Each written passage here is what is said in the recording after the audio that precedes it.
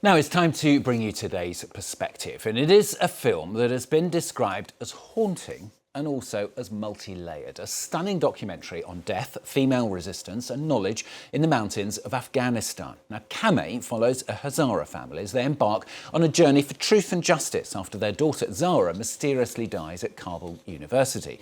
All that on the eve of the Taliban takeover of the country. The story told through the eyes of Zahra's younger sister. The film is being shown as part of an event at Sciences Po University here tomorrow in Paris, celebrating Hazara artists. Well, before we talk to the director, let's watch a quick clip.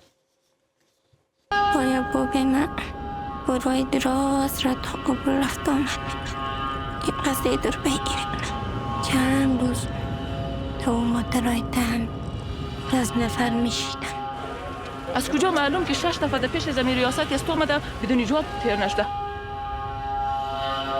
دلم میشه اما رشته است رو بخونم آیما ودیم افت یا زهرا بود رفت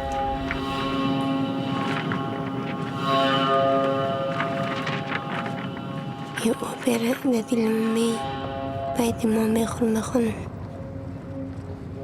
علی اورای پیرولی A little clip of the trailer there giving you an idea of the film. And the director, Ilyas Yourish, joins me now on the programme. Thanks very much for being with us. I know you're on your way to Paris tomorrow for this event, but tell us in your words what the film is actually about. The film is about a family who are trying to come into terms with the loss of their daughter at Kabul University. It's a film about grief, and it's a film about the people who have been ignored and who have been overlooked throughout the history, which is the Hazara people. And the family, in a way, is a symbol of the Hazara people and the Hazara resistance against the system in Afghanistan, whether it's a Republican government, whether it's a Taliban, whether it's a communist regime, no matter who is in control of Kabul, the persecution of the Hazara people have been continuing since the last 1.5 century. But this film is not really about that historic context, but it somehow sets the feelings, and sets the emotions to delve into a people, to delve into the daily life and to the inner world of a people who are going through systematic harassment and persecution by the Afghan state and non-state actors. The film is very personal. It's a family who are grieving, who are living in the mountains of central Afghanistan, in the Shahristan area, and who have lost a daughter at Kabul University. The parents are trying to understand and figure out what had happened and also to bring justice for the family and for their daughter. And they travel from their remote village to Kabul all the time. And as the younger sister, Farishta, who's the narrator of the film, she watches her parents traveling all the way, going to Kabul and coming back with literally no nothing, no justice and no result. She starts to think of justice in a different way. Try not to give the whole thing away, but amid that ethnic oppression, I mean, do they find justice at the end of it? Well, I mean, I don't think in today's world justice is something that is as reachable as we would think of. As the family were progressing in the case, and the country collapsed and the Taliban took over. So the whole setup was changed in a way.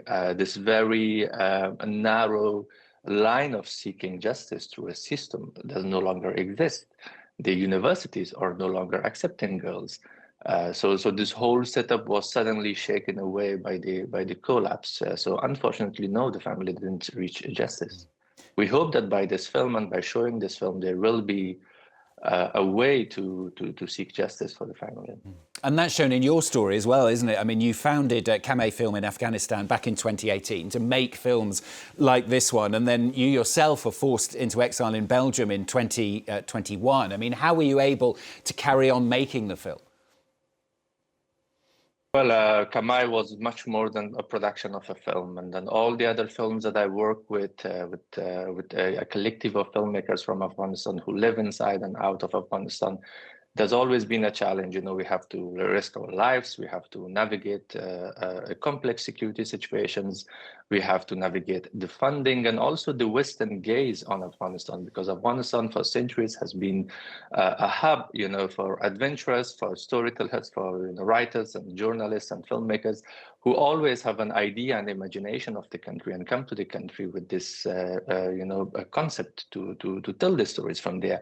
But the stories that is made about Afghanistan and is produced about Afghanistan is very far from the indigenous local perspective.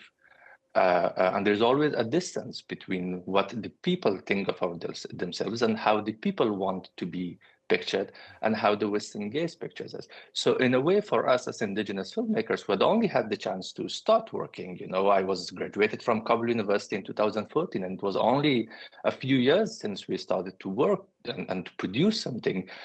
For us, it's very important to in a way, to re-narrate ourselves and to preserve our indigenous and local perspective.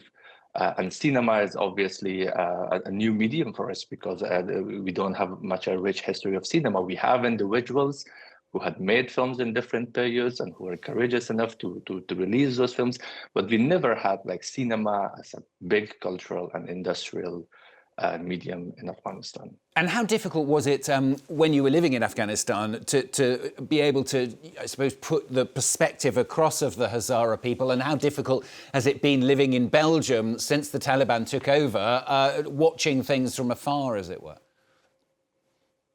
Well, we as a people had never had the chance to speak with each other. We as a people had never had the chance to listen to each other's grievances and to try to look at ourselves deeper within the philosophical existence of each other. And that's what we try to do with Kamay. But it has always been a challenge, it's a challenge to talk with Afghans about the film. It's a challenge to talk with the Western audience about the film, because you need to talk about a lot of context with them.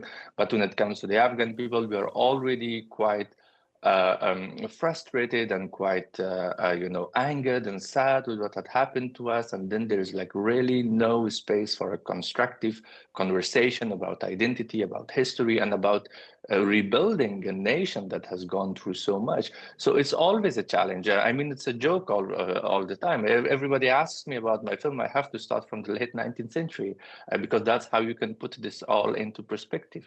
And talking of that, just time to ask you about this event here in Paris tomorrow. As you say, spreading the message and spreading the word amongst your own community, but also amongst Western audiences as well. Yeah, it's fantastic. It's incredible. I'm looking forward to come to Paris tomorrow to look at the exhibition that's already there and to also screen the film. There's a fantastic panel there as well. And I think it's a phenomenal because it's for the first time that 5 or 6 Hazara visual artists are getting together, and exhibiting their works that are all focused on the Hazara issue. And I think it's overall, it's a historic time for us Hazaras, because it's the first generation of Hazaras who had access to equal opportunities in a way, and who have access and who have the chance to talk and to narrate themselves. So we take it very seriously as the new generation of Hazara storytellers, and we want to continue this path. Well, good luck with the event. It'll be good to see you in Paris tomorrow. Ilyas Yourish coming to Sciences Po University. If you look up their website, of course, you'll find all the details of that event tomorrow, if you happen to be in Paris and you're interested in going along. Thanks very much for joining us on the programme today. Thank you.